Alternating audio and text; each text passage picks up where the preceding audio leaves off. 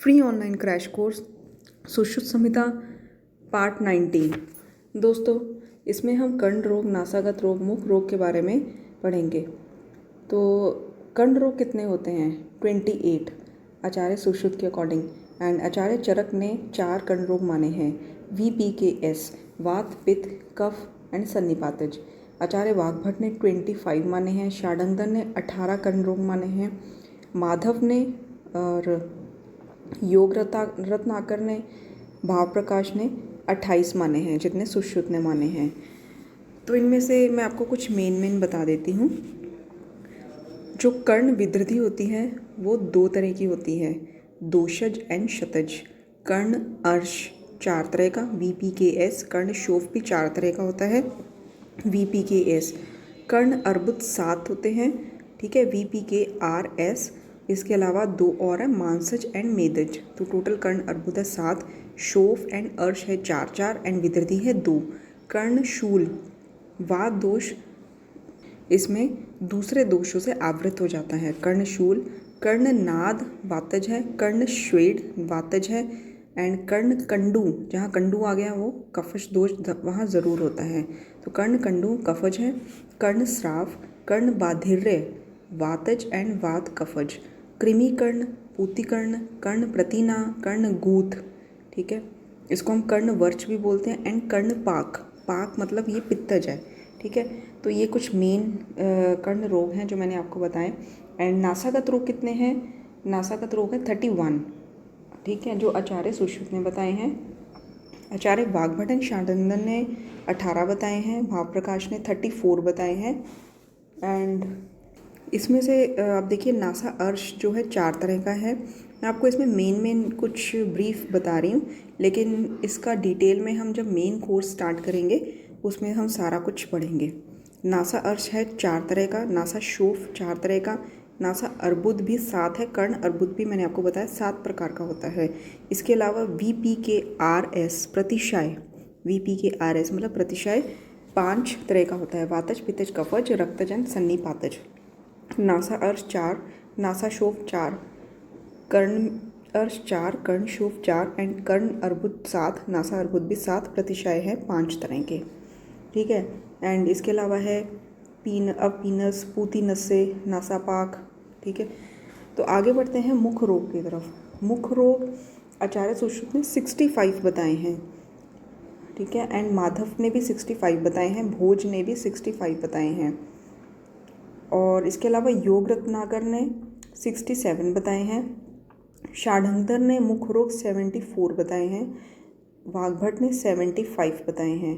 And आचार्य चरक ने बताए हैं 4। भेल, आचार्य काश्यप ने भी 4 बताए हैं। भेल ने 5 बताए हैं। एंड विधेय ने 64 बताए हैं। तो इसमें अगर हम देखें तो आयतन, जो मुख रोगों में आयतन है वो है 7। ओष्ठगत रोग 8, दंत मूलगत रोग 15 एंड दंतगत, ओनली दंतगत 8, जीवागत 5, तालुगत 9, कंठगत 17 एंड सर्वसर रोग 3, ठीक है। तो इसकी मैं आपको सिर्फ काउंटिंग बताऊंगी, अभी गिनती संख्या बताऊंगी जो इतने हैं। फिर से रिपीट करती हूँ। आयतन 7 है, दंत मूलगत 15, दंतगत 8 और ओष्ठगत 8, जीवागत 5, कंठगत 17, सर्वसर 3 एंड तालुगत है 9, ठीक है। और आचार्य वाग्भट ने अधिजीवा को जीवागत रोग में लिया है, जबकि आचार्य सुश्रुत ने अधिजीवा को कंठगत रोगों में लिया है। और जहाँ पर आचार्य सुश्रुत ने तुंडी केरी को तालुगत रोगों में लिया है, वहीं पे आचार्य वाग्भट ने तुंडी केरी को कंठगत रोगों में लिया है, ठीक है। एंड इसके बाद हैं आचार्य भाव प्रकाश ने भी 67 मुख रोग माने हैं। नेक्स्ट इज असाध्य सवर्ण शुक्र। असाध्य सवर्ण शुक्र जिसमें मुद्ग के समान पीड़िका हो, ठीक है, और 2 पटलों में ये आश्रित रहता है, ठीक है। और एक पॉइंट और है कि वाग्भट ने सिरोत्पात और सिराहर्ष को शुक्ल रोग माना है। और वाग्भट अनुसार जो सवर्ण शुक्र है उसकी साध्यता देखिए, इसमें कई बार क्वेश्चन पूछे जा चुके हैं। सवर्ण शुक्र, सवर्ण जहाँ व्रण हो मतलब शत शुक्र भी बोलते हैं, अगर ये प्रथम पटल में हो तो ये साध्य या कृत साध्य दोनों में से कोई भी माना जाएगा। प्रथम और द्वितीय पटल के बीच में हो तो याप्य है, एंड तृतीय पटल में है तो असाध्य है। और सभी नेत्र रोगों का जो मूल कारण है वो अभिसंधि है।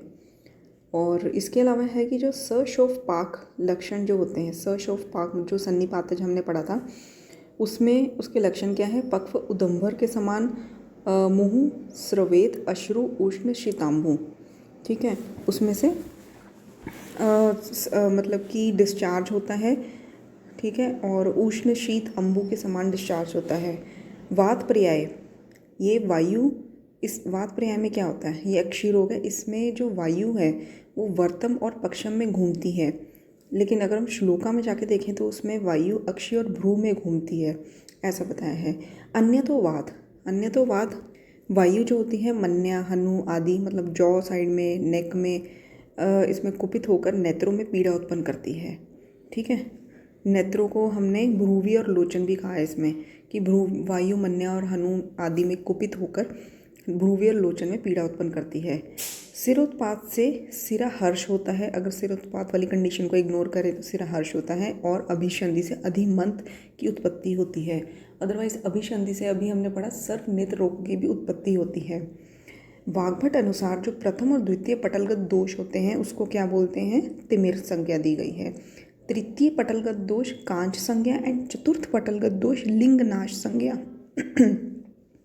आचार्य सुश्रुत के अनुसार प्रथम द्वितीय और तृतीय पटलगत को तिमिर संज्ञा दी है। ठीक है, आचार्य वाग्भट ने फर्स्ट एंड सेकंड पटलगत को तिमिर संज्ञा दी है, जहाँ आचार्य सुश्रुत ने प्रथम द्वितीय इवन थर्ड तृतीय पटलगत को तिमिर संज्ञा दी है। चतुर्थ पटलगत को लिंग नाश संज्ञा भी कहा है, नीलिका भी कहा है, और कांच भी इसी का पर्याय है। ठीक है, लिंगनाश, नीलिका, कांच, चतुर्थ पटलगत। पटल अनुसार तिमिर लक्षण, तिमिर के लक्षण क्या है? पटल के अनुसार अगर तिमिर प्रथम पटल में ही आश्रित हो तो सभी पदार्थ जो है अस्पष्ट, अव्यक्त दिखाई देते हैं। द्वितीय पटल में आश्रित हो तो मिथ्या पदार्थ आदि देखना, मतलब कि दूर की चीज़ें पास में और पास की वस्तुओं को दूर देखना, सुई के क्षेत्र को ना देख पाना, ऐसा होता है। ठीक है, और तृतीय पटलगत में तो ऊपर की वस्तुओं को देख सकता है और नीचे की वस्तुओं को नहीं देख सकता। दो वस्तुओं को तीन या अनेकों रूप में देखता है, दो को तीन या चार में देखता है, ऊपर की वस्तुओं को नहीं देख सकता, नीचे की वस्तुओं को देखता है। चतुर्थ पटलगत, इसमें क्या होता है? लिंगनाश संज्ञा, नीलिका या कांच भी इसका नाम दिया गया है। तो इसमें दृष्टि नाश हो जाती है।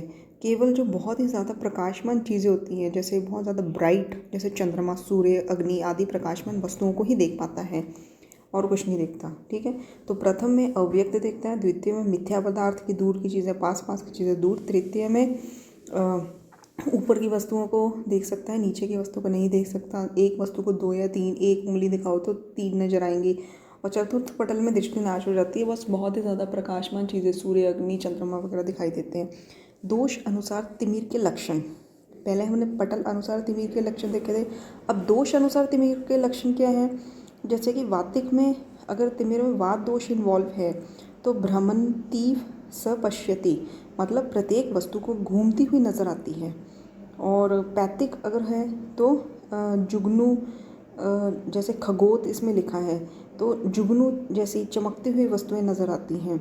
शिकिप बरही विचित्राणी, मतलब कि मोर के गर्दन के समान जैसे कलरफुल चीज़ें नज़र आती हैं, चमकती हुई चीज़ें नज़र आती हैं। श्लैष्मिक में तो जो छोटे पदार्थ होते हैं वो मोटे दिखाई देते हैं। ठीक है, पश्येत सूक्ष्मणानि अत्यर्थम, सूक्ष्म जो होते हैं अत्यर्थ बहुत ही बड़े दिखाई देते हैं। रक्तज में धूम, धूम्रानी। ठीक है, हरित श्याम वर्णानी, हरित श्याम वर्ण के और धुंधला सा धूम्र वर्ण के पदार्थ दिखाई देते हैं। संसर्गज इसे परिमिलयी कांच भी बोलते हैं और ये पैतिक होता है। इसमें रक्त और यह पित्त और रक्त जन्य होता है। जो संसर्गज है इसको परिमिलयी कांच भी कहते हैं। इसमें रोगी क्योंकि पैतिक होता है तो पीली दिशाएं, उगता हुआ सूर्य और पेड़ों पर जुगनू देखता है। दोष अनुसार लिंग नाश के लक्षण। ठीक है, दोष अनुसार कैसे हैं कि अगर लिंग नाश हुआ तो वातिक में लिंगनाश हमने कहाँ पढ़ा था कि जो चतुर्थ पटलगत मतलब कि जो तिमिर आ जाता है उसको लिंगनाश बोलते हैं। तो वातिक में अरुण मंडल जो चीज़ें दिखाई देती हैं, वातात चलम पुरुषम, जो अरुण मंडल होता है और परुष होता है। पित्तज में पित्तात मंडल नीलम कांस्याभम ऐसा दिखाई देता है। और श्लेष्मा में श्लेष्मणा बहलम स्निग्धम शंखम कुंदे नंदु पांडुरम, ठीक है। बहल स्निग्ध शंख, ये आपको वैसे भी लक्षणों से पता चल जाएगा कि कौन सा दोष इन्वॉल्व है। वात में तो अरुण मंडल है, परुष है। पित्त में पित्तात मंडल है, नीलम है, कांसाभ्यम है, कांसे के समान। और श्लेष्मा में बहल स्निग्धम शंखम, ठीक है, उसके समान दिखाई देती है वस्तुएं। और इसके बाद है श्लेष्मा में एक लाइन और बताई है कि संकुचिति आतप अत्यर्थम, ठीक है, मतलब धूप में जो कोई वस्तु है वो संकुचित हुई दिखाई देती है। छायाम वस्तु तो भवेत, ठीक है, छाया में ज़्यादा अच्छी दिखाई देती है। रक्तज में प्रवाल पदम पत्र आभम मंडलम शोणित आत्मकम, ठीक है, प्रवाल के जैसे, पदम पत्र के जैसे, कमल के पत्ते के जैसे इसमें दिखाई देती हैं वस्तुएं, आभा दिखाई देती है। त्रिदोषज में दृष्टि रोगो भवेत चित्रो, मतलब कि दृष्टि जितने भी रोग हैं भवेत चित्रो, मिले जुले सब लक्षण होते हैं इसमें। पित्त विदग्ध दृष्टि, पित्त विदग्ध दृष्टि तो उसमें बहुत इंपॉर्टेंट टॉपिक है।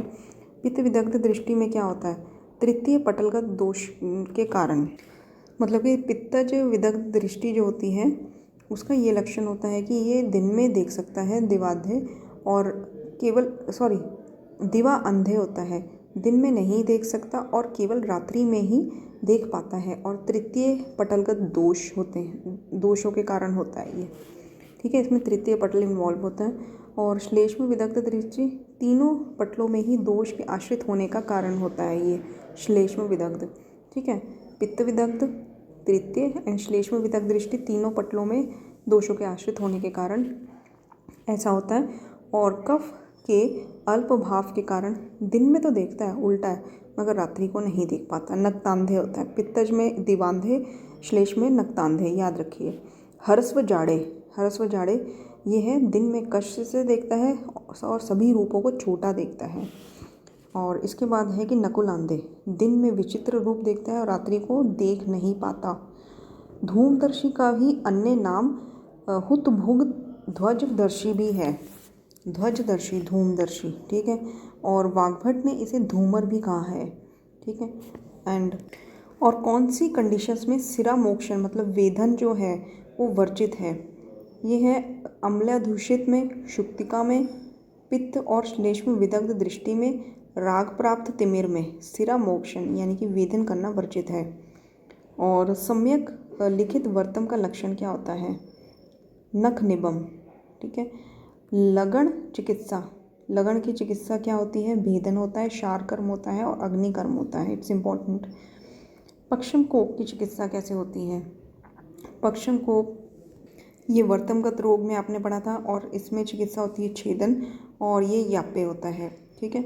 शस्त्र शार अग्नि व औषध साध्य होता है, जैसा इसमें लिखा है दोस्तों, वैसे ये याप्य होता है, ठीक है। और ये शस्त्र शार अग्नि और औषध साध्य है कि औषध है, मतलब इसमें ट्रीटमेंट जो है साध्य तो है लेकिन ट्रीटमेंट थोड़ा डिफ़िकल्ट होता है, इसलिए इसको याप्य कहा गया है। और इसमें शस्त्र क्रम क्या होता है कि भ्रू से 2 भाग छोड़कर, पक्षम से 1 भाग छोड़कर यव आकार टुकड़ा काट लें, ठीक है। भ्रू से 2 भाग छोड़ना, पक्षम से 1 भाग छोड़कर यव आकार का टुकड़ा काट लें। और औषध जो होती है इसमें हरितकी फल और तुबरक से प्रतिसारण करना होता है, ठीक है। अर्म में मंडलाग्र से छेदन, अर्म में मंडलाग्र से छेदन मतलब कनीनिका की ओर 1/4 भाग का छेदन करना है। कनीनिका क्या होता है, इनर कैंथस, ठीक है। अर्म में मंडलाग्र से छेदन करना है, कनीनिका की ओर 1/4 भाग को छोड़कर शेष जो 3/4 भाग का छेदन करना है, ठीक है। ये अर्म की चिकित्सा है। अर्म में मंडलाग्र से छेदन करना, और छेदन कहाँ करना है, कनीनिका की ओर, इनर कैंथस की ओर करना है, जिसमें 1/4 भाग को छोड़ देना है और शेष जो है 3/4 भाग का छेदन करना है। गल शुंडिका में भी ट्रीटमेंट छेदन बताया है, अग्र 1/3 भाग का। पर्वणी में भी छेदन बताया है, अग्रिम 1/3 भाग को छोड़कर 1/2 भाग का छेदन करना है। ठीक है, पर्वणी में छेदन, गल शुंडिका में छेदन और कनिनिका में भी मंडलाग्र से छेदन। लिंग नाश जो है उसमें शस्त्र क्रम क्या होता है? लिंग नाश में वेधन कर्म किया जाता है। कृष्ण मंडल से 2 हिस्से छोड़कर शुक्ल भाग में अपांग की और दैवकृत छिद्र में करते हैं। ठीक है, अपांग मतलब आउटर कैंथस। कृष्ण मंडल से 2 हिस्से छोड़कर शुक्ल भाग में अपांग की और देवकृत छिद्र करते हैं। ठीक है, जो कफश लिंग नाश है ये नोट कर लीजिए, साध्य होता है। जो बाकी लिंग नाश होते हैं सारे असाध्य होते हैं, याद रखिए। ये इसमें नहीं लिखा, आपको नोट कर लीजिए। और बाकी हम नेक्स्ट एपिसोड में पढ़ेंगे। तो दोस्तों, आई होप आपको ये एपिसोड यूज़फुल लगा हो एंड चैनल को सब्सक्राइब करना मत भूलिए। आपको अगर फर्दर लेक्चर्स चाहिए ऑन सुश्रुत संहिता, और अगले कुछ ही लेक्चर्स में हम सुश्रुत संहिता कंप्लीट कर लेंगे एंड एक रिवीजन बूस्टर क्लास होगा इस पे भी। और इसके बाद हम अष्टांग संग्रह की तरफ चलेंगे और उसके बाद हम मेन कोर्स स्टार्ट करने वाले हैं। Thank you so much.